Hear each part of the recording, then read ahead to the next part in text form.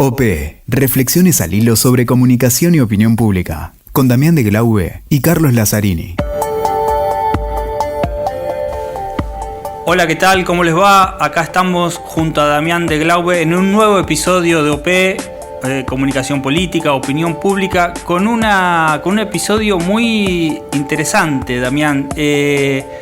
Vamos a hablar con Valeria Sol Groisman de su último libro. Tiene varios editados, pero este último me sorprendió. Justamente se llama Desmuteados. Y nosotros venimos hablando en distintos episodios, incluso en nuestras conversaciones, sobre esto de que todos pueden emitir, ¿no? Hubo alguien que yo sé que no lo ha dicho, que en su humildad hace muchos años publicó del tema este. Alguien que se llama Cali Lazzarini. Cali, tus dos libros, o el mismo libro en segunda edición, que ¿cómo se llama? La conversación política, muchas gracias Damián, La conversación política, dirigentes medios de audiencias, una edición en 2009, cuando pensaba esto de las tecnologías aplicadas a la comunicación, otro más reciente, 2017, que tiene que ver con esto, cómo el receptor se tomaba revancha a través de las nuevas herramientas, los nuevos dispositivos, las plataformas, a alguien a quien se veía en una actitud pasiva, se empieza a dar cuenta de sus posibilidades de emitir, ¿no? Y ahí cambia, digamos, el significado, cambia la conversación, interpela al segundo. Con las nuevas tecnologías ya no es cuando llega el mensaje y vemos cómo se emite, sino al segundo, y además es medible.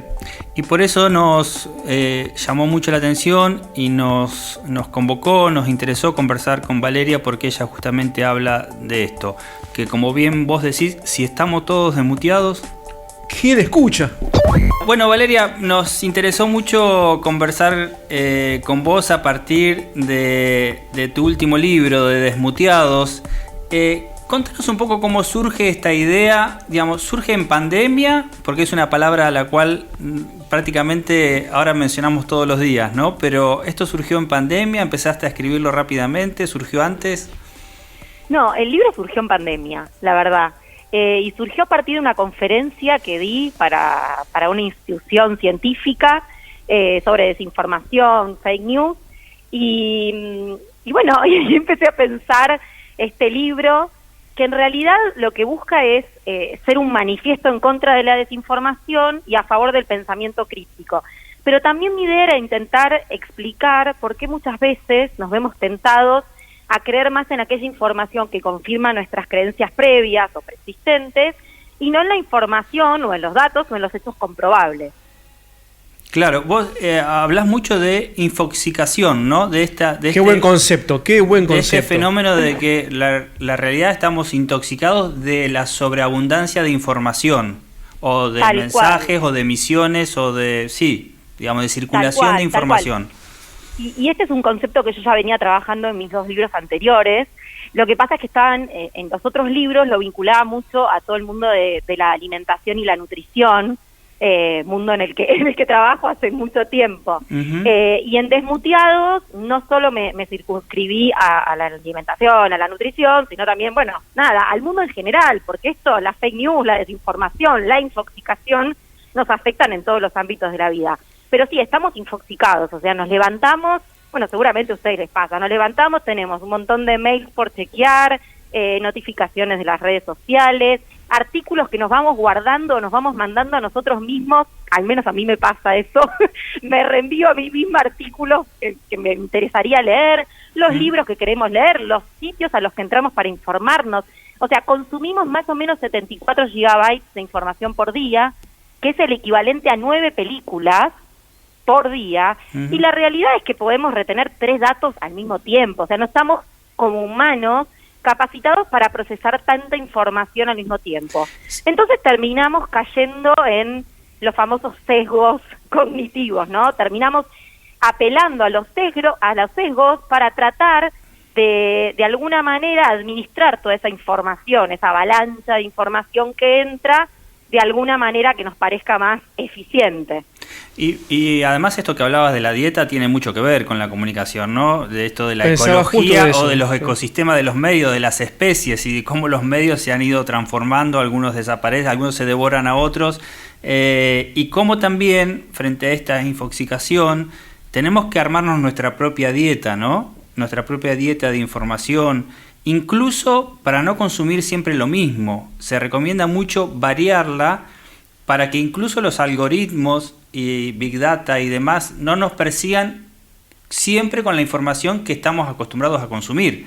Digamos, empezar a leer medios diferentes cada día como para abrir un poco y escuchar o ver, leer una dieta más variada en ese sentido. Totalmente, y esto en realidad, a ver, no es nada nuevo. Yo me acuerdo cuando estudiaba hace casi 18 años en TEA periodismo y después di clases muchos años también en TEA, y lo primero que le decíamos a los alumnos y lo primero que me dijeron a mí cuando entré a estudiar periodismo fue: lee muchos medios, informate de diversas fuentes. Y parece que hoy, casi 20 años después, seguimos medio en la misma, o sea, terminamos eligiendo aquellos medios que confirman lo que ya pensamos. Yo todo el tiempo digo, en el libro digo, estamos esperando escuchar en los otros nuestra propia voz. O sea, queremos que nos confirmen, que nos reafirmen lo que pensamos. Y consumimos esos medios con los que nos sentimos tranquilos, cómodos, porque vamos a consumir esa información en la que confiamos o en la que creemos, ¿no? Sí, y se arman estas burbujas, ¿no? Que, digamos, las redes sociales, internet, pero las redes sociales, las plataformas venían como a horizontalizar un poco la comunicación, a este 2.0, a este ida y vuelta, y en realidad se formaron burbujas. Nosotros lo llevamos también al campo de la política, ¿no? Esta polarización, donde, bueno, en tiempos de posverdad, digamos, prácticamente no hay argumentación posible para cambiar la idea del receptor o de quien está conversando con nosotros, sino que es una reafirmación permanente donde lo emocional tiene una preeminencia, ¿no? Donde prevalece lo emocional, siempre tratando de confirmar lo que ya creíamos. Sí, es así, o sea, es un momento en el que, bueno, lo vemos todo el tiempo, sobre todo en el campo de la política, lo vemos muchísimo. Lo que pasó, por ejemplo, ayer, bueno, con la frase de Alberto Fernández, y lo que desató hoy en redes sociales, la cantidad de memes que desató esa frase, que en realidad afectaba emocionalmente probablemente a ciertas personas, y lo que esto generó, ¿no? Vamos a aclararle a los que están escuchando, porque esto es como atemporal, que estás haciendo referencia a la frase del presidente donde que los mexicanos vienen de los indios, los brasileños salen de la selva y de los barcos. Sí, claro. Efectivamente. Y yo te quería preguntar en esta línea algo que dice ahí, que la verdad no importa, ¿no? Sino lo que se grita. Y en esta situación política, en este ejemplo, lo que sucedió, pasaba bastante un poco eso, ¿no? Que quien usaba eso para criticar, criticaba, y quien lo defendía a ultranza. ¿En dónde quedó un poquito la escucha y la capacidad de diálogo, de ida y vuelta? ¿Cómo se construye? Si es que se puede, en este contexto, ¿no? Donde lo que más vale es claro, nos preguntábamos ¿quién escucha? Si estamos todos desmuteados, ¿quién escucha? Nos preguntábamos eso con Damián, si estamos todos desmuteados, ¿quién escucha? Y hay una pregunta que nos hacemos siempre, ¿hay margen para la conversación? Sí, totalmente. A ver, yo digo que estamos desmuteados porque la verdad es que hoy todos tenemos la posibilidad de hablar. Ahora, ¿nos escuchan a todos? Es como dice la periodista turca Exet Mulkuran, que me encanta su último libro, y ella dice, es una sociedad, o vivimos en un mundo en el que hay muchas voces, pero muy poquitas se escuchan. Yo estoy de acuerdo con lo que dice. O sea, todos podemos hoy tener una cuenta en una red social, nos podemos abrir un TikTok, podemos tener un Twitch, o sea, podemos hablar. Ahora, ¿qué voces se escuchan? Y bueno, en general se escucha, o sea, cada uno en realidad escucha la voz que le conviene, claramente. Exactamente, buscamos nuestra conveniencia. Tal cual. Y en esto, de lo que pasó ayer en redes sociales, fue así, o sea, una sociedad totalmente polarizada, en Twitter sobre todo, ¿no? Que es la red en la que más vemos esto, este comportamiento, una sociedad totalmente polarizada que no hay posibilidad de diálogo. Y acá entra un concepto que es el fanatismo. O sea, lo que vemos es mucho fanatismo, de un lado y del otro lado de la grieta. ¿Y es fanatismo o hay mucho también, y me pongo un poquito también con la alimentación, de inseguridad? Ya que si yo necesito que me confirmen sostenidamente lo que yo creo, ¿lo creo o estoy inseguro? ¿O necesito que alguien me dé como ese feedback? Bueno, estamos en un momento de de incertidumbre absoluta, ¿viste? Después de la posmodernidad, porque yo creo que ya salimos como de la posmodernidad y hablo en el libro de la posverdad, o ni siquiera sabemos tal vez cómo se llama la época que estamos viviendo, tal vez todavía no tiene nombre, la era de la tecnodependencia, la era de las redes sociales, digo, no sabemos bien dónde estamos y hacia dónde vamos, porque la verdad es que la pandemia de COVID en realidad aceleró todo lo que nosotros pensamos que iba a pasar en 10 años, pasó en 1 año y medio. Y esto imposibilita la posibilidad del diálogo, la posibilidad de tener paciencia para informarnos, para llegar a una conclusión. Queremos que nos den certezas, magia. Y esto, como bien decías, Damián, se aplica al mundo de las dietas y de la alimentación. O sea, queremos bajar de peso ya, queremos tener la dieta mágica para, no sé, superar el colesterol. O sea, no queremos esperar, queremos certeza ya.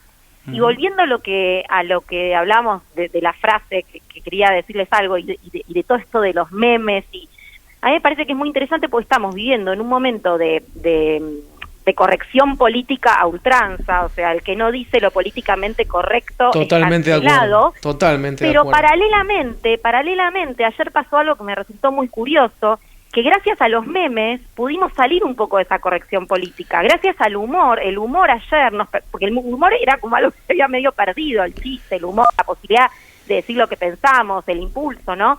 Y ayer con los memes, yo noté como una liberación total, o sea, cada uno decía lo que pensaba, la corrección política medio que se dejó un poco de lado.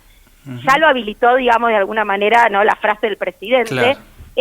Pero también me parece que hubo como un quiebre ayer en las redes sociales. Me parece súper interesante lo que... Me encantó eso, me encantó. Ayer. Yo que soy muy del humor de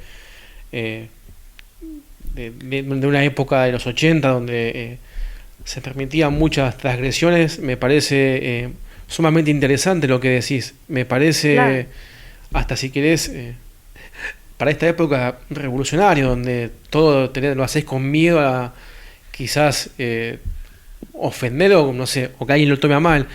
Y en esta línea que para mí es genial y es un tema que particularmente lo trabajo, lo hablo mucho y que me fascina, ¿cómo ves vos quizás si se da el surgimiento de alguien o de un colectivo, de un grupo que justamente vaya por este lado, que no se tome lo políticamente correcto, sino que sea disruptivo, no sé, que vía meme o vía como sea? ¿Hay espacio para eso en esta nueva comunicación o será castigado por la opinión pública tuitera de manera inmediata? Mira, yo creo que hay gente que se anima a decir lo que piensa más allá de que pueda llegar a ser cancelado. O sea, hay gente que no cree en esto de que la cancelación es el final de todo, que es la aniquilación del personaje o de tu carrera profesional. Entonces se anima a decir lo que piensa, ¿no? Como a incomodar. A mí, hace tiempo que en una clase, que daba en la facultad, yo le decía a los chicos, quiero que me incomoden, díganme algo que no sé, algo que yo no se me ocurrió, algo que no pensé. O sea, me encanta que alguien me incomode y estaría buenísimo que podamos incomodar al otro. Desde el respeto, por supuesto, porque cuando incomodamos podemos dialogar. O sea, cuando incomodamos al otro y le hacemos una pregunta que no se esperaba, o le hacemos un comentario que no se esperaba y para una respuesta que no tenía preparada, ahí empieza el verdadero diálogo. Entonces me parece que sí, que hay gente, hay profesionales, bueno, incluso políticos que se animan a decir lo que por ahí nadie se anima a decir también, pero está difícil. No es que no está difícil, porque ya lo vimos con autores internacionales, con académicos, con escritores. Hay libros que se reescriben, hay películas que se sacan clásicas que se sacan de circulación, o a las que se les cambia el nombre, el género. Entonces, está complicado. Es un momento en el que tenemos que tener mucho cuidado cuando hablamos, lamentablemente, porque esta autocensura a mí me parece peligrosa. Coincido ¿no? muchísimo con vos. Sí. De no poder decir lo que pensamos, porque una cosa es, uno siempre cuando interviene en la gestión de lo público, cuando habla públicamente, tiene que cuidarse de alguna manera, pero hoy nos estamos yendo al otro extremo, o sea, estamos pensando demasiado qué vamos a decir. A mí me pasa cuando doy clases en la facultad, no sé si usar la si decir chicos y chicas, si decís chicos solo, es como, bueno, hasta yo estoy confundida que estudié género. El tema de la cancelación y la censura, por un lado, ¿no? Tal cual. O la autocensura ya, en algún caso. Sí, es que es autocensura, Sí. es autocensura, y lo que me preocupa es que hay toda una generación de jóvenes que están criándose así, Exacto. ¿no? ¿Y cómo Como va esto con el autocensurando. desmuteo? ¿Cómo va? Es un poco chocante, ¿no? Estamos desmuteados y a su vez con autocensura. Y sí, porque todos podemos hablar, o sea, nos podemos desmutear, ¿no? Nos podemos desmutear, o sea, si yo quiero me desmuteo, pero ¿alguien me va a escuchar? Esa es la pregunta. O sea, a mí me da a veces, hoy, cuando se habla de las redes sociales, por ejemplo, hace varios años, cuando se hablaba de redes sociales, uno en lo que más se fijaban era en los likes, la cantidad de likes o la cantidad de seguidores. Sí. Y hoy en realidad se habla de engagement, o sea, Claro. cuánta interacción vos tenés con el público. Sí. Digo, vos podés desmutearte, podés abrirte el micrófono, podés abrir una cuenta en Instagram, en Twitter, en LinkedIn, podés estar en un Zoom con 100 personas desmuteadas. Y nosotros que lo trabajamos desde la comunicación política, ¿cuánta interacción se logra genuina, no? No llevada por, cantidad de gente que se dedica a replicar un mensaje de parte de los militantes o adherentes a un grupo político. Y en el ámbito de la política, me parece que hay muchos políticos que todavía por ahí no entendieron el juego, ¿no? Como la nueva comunicación, y todavía se quedaron con la vieja comunicación, ¿no? Aplicada con las nuevas herramientas. Claro, Sí. y el que no se adapta medio que se queda afuera. En ese sentido uno ve en Twitter, por ejemplo, ciertos personajes políticos, por ejemplo, un embajador muy conocido acá en la Argentina que entendió claramente hacia dónde va la comunicación, interactúa con sus seguidores, eso le da como otro potencial, ¿no? Ya no alcanza con tener un buen plan. Yo no me dedico específicamente a la política, la comunicación política, pero ya no alcanza con tener un buen plan de gobierno, una buena campaña, sino, o sea, de llegar realmente y conversar con el público, de conectar, ¿no? De generar un vínculo de confianza y a través de ese vínculo de confianza poder ser más visible. Pero bueno, es como toda una construcción y todo un cambio, ¿no? Es hacia donde está yendo la comunicación claramente. Valeria, no te vamos a pedir que seas una gurú, porque en la comunicación decimos que no existen los gurús, existe la planificación, existe la estrategia, pero ¿cómo avisorás que se va a seguir dando esta lucha contra las fake news, ¿no? Las tecnológicas, las plataformas, los dueños de plataformas están como, sacando algunas herramientas para eliminar todo lo que es fake news.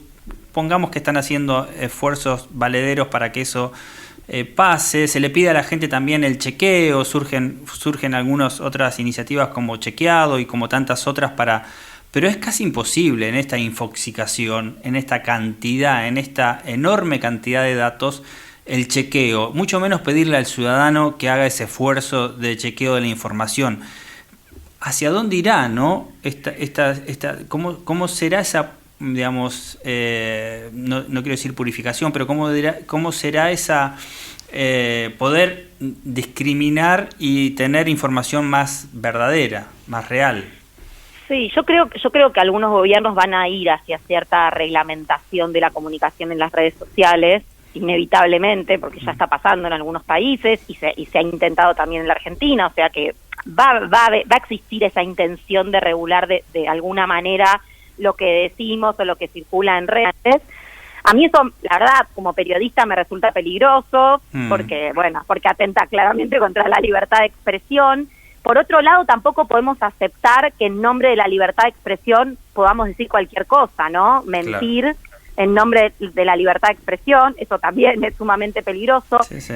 Yo creo que la clave está en enseñar a consumir críticamente la información, en la alfabetización mediática desde chicos, desde el colegio, desde edad temprana, cosa que me parece que no estaría pasando, según los datos que tengo. Pocas escuelas trabajan la desinformación, la fake news, pero no tanto la desinformación, tal vez cómo se informa una persona, o sea, cómo me informo yo, cómo tengo que hacer para estar bien informado. Eso no, los chicos no lo trabajan.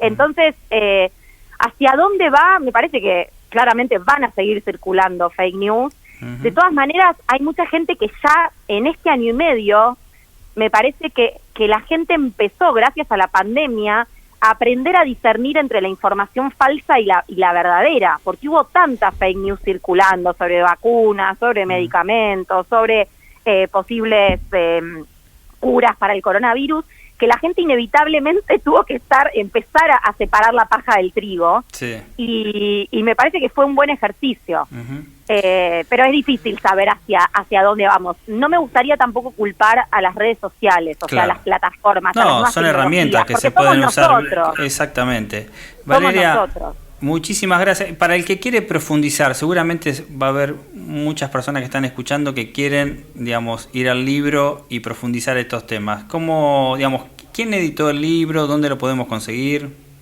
El libro lo editó Acadia, la editorial Acadia, y se puede conseguir por Mercado Libre, por Amazon y en varias librerías de todo el país, y también en España.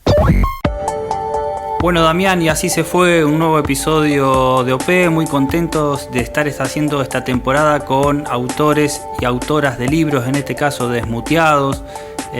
Muy interesante. Les digo que más allá de escuchar a Valeria, lo busquen y profundicen, porque es un tema muy actual sobre el cual venimos reflexionando de una u otra manera en todos los episodios.